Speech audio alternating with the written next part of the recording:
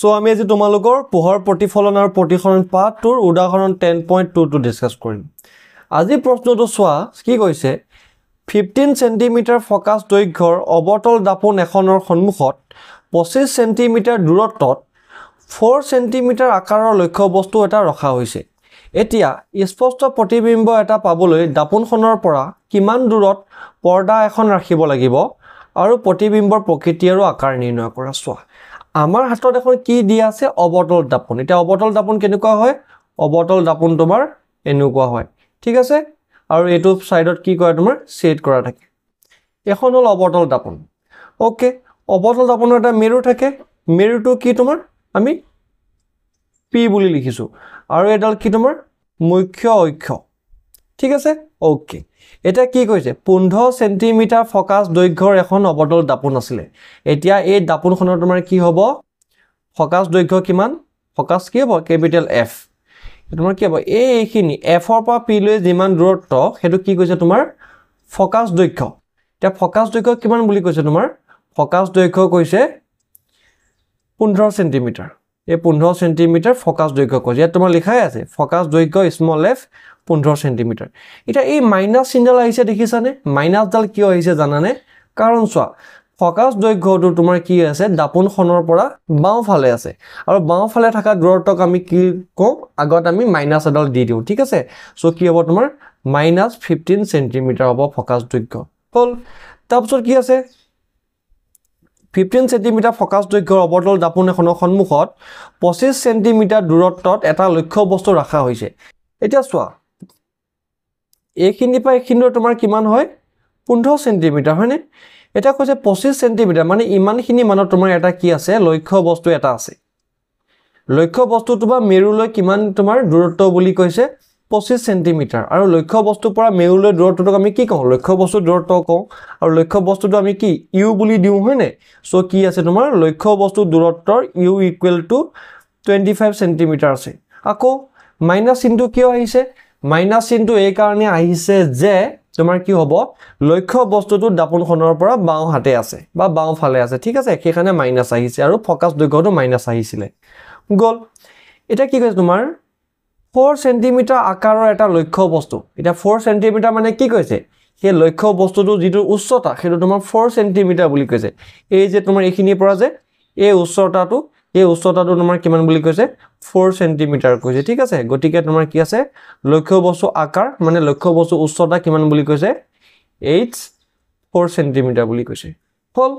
লক্ষ্য বস্তু আকাৰ লিখিলো লক্ষ্য বস্তু দূৰত্ব লিখিলো ফোকাস দৈৰ্ঘ্য লিখিলো এতিয়া আমি কি উলিয়াব লাগে চোৱা আমাক উলিয়াব দিছে কি যে স্পষ্ট প্ৰতিবিম্ব এটা পাবলৈ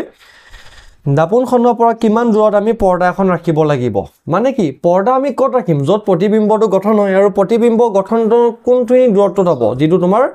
মেৰুৰ পৰা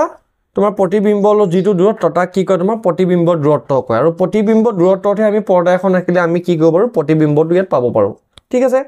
এতিয়া তুমি কি হ'ব আমাৰ প্ৰতিবিম্বৰ দূৰত্ব লাগিব আৰু প্ৰতিবিম্বৰ দূৰত্বতে আমি পৰ্দাখন থব লাগিব এতিয়া প্ৰতিবিম্বৰ দূৰত্ব আমি জানো যে তাৰ সিম্বল হৈছে ভি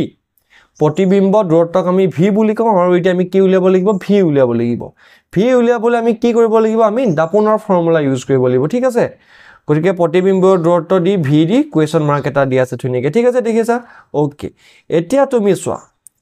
এটো হৈছে তোমাৰ মিৰৰৰ ফৰ্মুলা মানে মিৰৰ মানে দাপোনৰ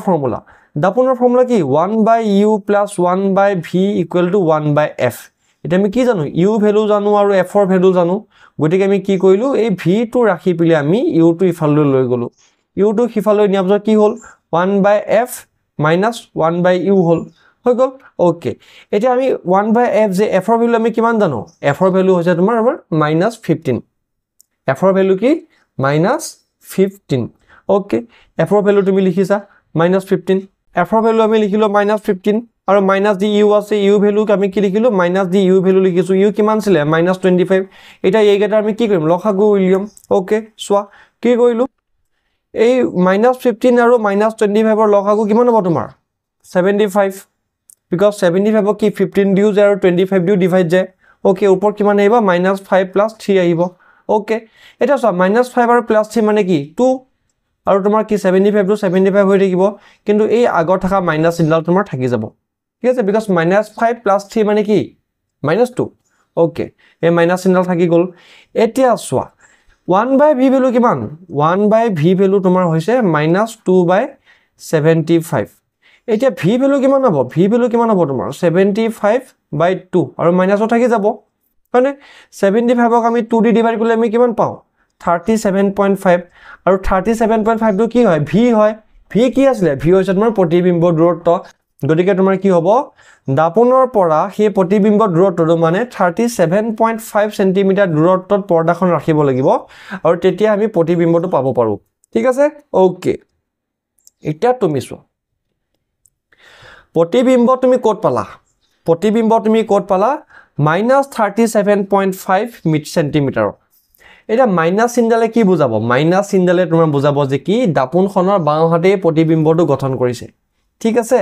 ওকে এটা চোৱা এটো হ'ব তোমাৰ কিমান লক্ষ্য বস্তু কিমান আছিল 25 cm আছিল হয়নে আৰু আমি কিমান পালো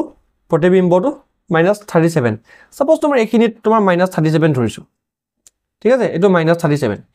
এতিয়া তোমাৰ কি হ'ব দাপনত কি হয় পোহৰবোৰ এনেকে আহি তোমাৰ কি হয় পোহৰ যিফালে আহিছে সেই অব্দাৰ বিপৰীত সাইডত তোমাৰ ঘূৰি যায় পোহৰ ৰশ্মিবোৰ কিন্তু চোৱা যদি হে তোমাৰ প্ৰতিবিম্বটো পোহৰ ৰশ্মি প্ৰতিফলন হৈ ঘূৰি যোৱাৰ দিশে প্ৰতিবিম্বটো গঠন হয় যেতিয়া আমি কি গম পাম যে সেই প্ৰতিবিম্বটো সৎ হয় সদায় মনত ৰাখিবা দাপনত পোহৰৰ ৰশ্মি গৈছে দাপনত প্ৰতিফলিত হৈ ঘূৰি আহিছে আৰু ঘূৰি আহিছে এটো সাইডে ন যদি এটো সাইডত তোমাৰ কি হ'ব মানে মিৰৰৰ বাওঁফালে দি ঘূৰি আহিছে আৰু মিৰৰৰ বাওঁফালে যদি তুমি প্ৰতিবিম্বটো গঠন হয় মানে ৰশ্মি প্ৰতিফলন হৈ ঘূৰি আহা সাইডে যদি তোমাৰ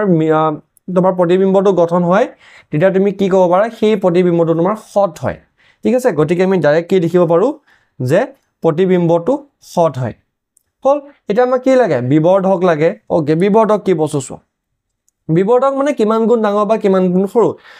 বিবৰ্ধকৰ দুটা ফৰ্মুলা আছে এটা আছিল তোমাৰ m =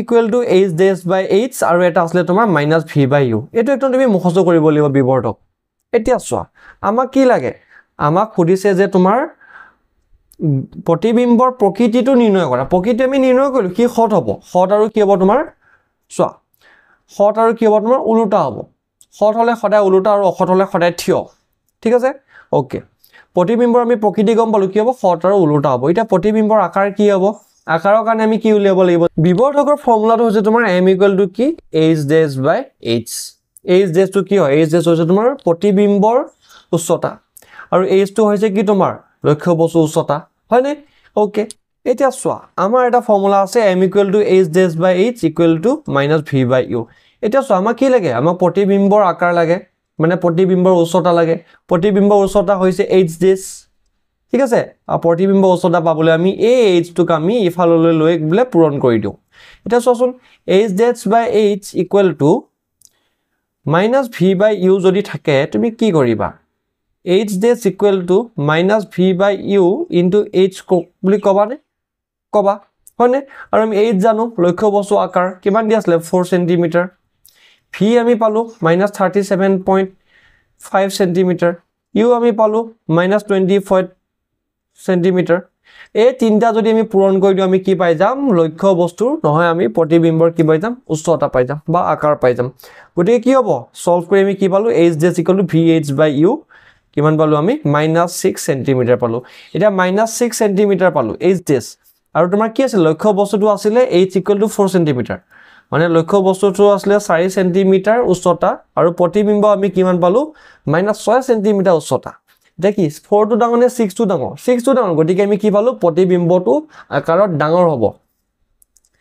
গতিকে প্ৰতিবিম্বটো উলুটা সৎ আৰু বিবৰ্ধিত ডাঙৰ হয় ঠিক আছে এটা তুমি এটা বস্তু মন কৰা যে এটো বহুত ইম্পৰ্টেন্ট বস্তু ঠিক আছে তুমি জানা যে তোমাৰ কি হয় m = h/h আৰু আমি কি জানো h টো হৈছে লক্ষ্য বস্তু উচ্চতা তোমাৰ দাপন হক বা লেন্স হক লক্ষ্য বস্তু উচ্চতাটো সদায় কি হয় পজিটিভ হয় মানে h টো কি হ'ব সদায় তোমাৰ পজিটিভ হ'ব এতিয়া m টো পজিটিভ হ'ব নে নেগেটিভ হ'ব কাৰ ওপৰত ডিপেন্ড কৰিব m টো পজিটিভ হ'ব নে নেগেটিভ হ'ব তোমাৰ h' ৰ ওপৰত ডিপেন্ড কৰিব h' কি h' হৈছে তোমাৰ কি প্ৰতিবিম্বৰ উচ্চতা ঠিক আছে মানে কি h' টো পজিটিভ হলে বিভৰ ভিতৰটো পজিটিভ হ'ব আৰু HJS2 নিগেটিভ হ'লে তোমাৰ বিভৰ ভিতৰটো নিগেটিভ হ'ব M নিগেটিভ হ'ব ঠিক আছে এতিয়া HJS পজিটিভ আৰু H নিগেটিভ মানে কি HJS পজিটিভ আৰু HJS নিগেটিভ মানে কি চোৱা এখন সাপোজ আমাৰ কি আছে অবতল দাপোন আছে বা এখন আমাৰ তাত কি আছে তোমাৰ উত্তল দাপোন আছে যি দাপোনে হওক লক্ষ্য বস্তু সদায় তোমাৰ কি হয় পজিটিভ হয় বিকজ লক্ষ্য বস্তু সদায় তোমাৰ মুখ্য অক্ষৰ ওপৰত থাকে এতিয়া যদি তোমাৰ প্ৰতিবিম্বটো লক্ষ্য বস্তুৰ কি হয় তোমাৰ মুখ্য অক্ষৰ ওপৰত থাকে তেতিয়া আমি কি গম পাম HJS2 পজিটিভ বুলি গম পাম যদিহে তোমাৰ প্ৰতিবিম্বটো কি হয় তোমাৰ মুখ্য অক্ষৰ তলত থাকে তেতিয়া আমি HJSৰ তাৰ উচ্চতাটো কি বুলি ধৰিম নিগেটিভ বুলি ধৰো এটো বস্তু সদায় মনত ৰাখিবা এতিয়া চোৱা সদায় মনত ৰাখিলে তোমালোকে ৰিয়েল মানে সৎ হলে সদায় উলুটা হয় সৎ হলে তোমাৰ সদায় উলুটা আৰু এনেকুৱা হয় ঠিক আছে আৰু তোমাৰ কি অসৎ হলে সদায় সিধা হয় আৰু HJS2 পজিটিভ হয় মানে সৎ হলে তোমাৰ HJS2 সদায় নিগেটিভ সদায় HJS2 সৎটো সদায় উলুটা হয় আৰু অসৎটো সদায় সিধা হয় ঠিক আছে সো ষ্টুডেন্টস আজিলৈ মানে আমি নেক্সট ক্লাছত ইয়াৰ পিছৰ কোৱেশ্চনবোৰ ডিসকাস কৰিম থ্যাংক ইউ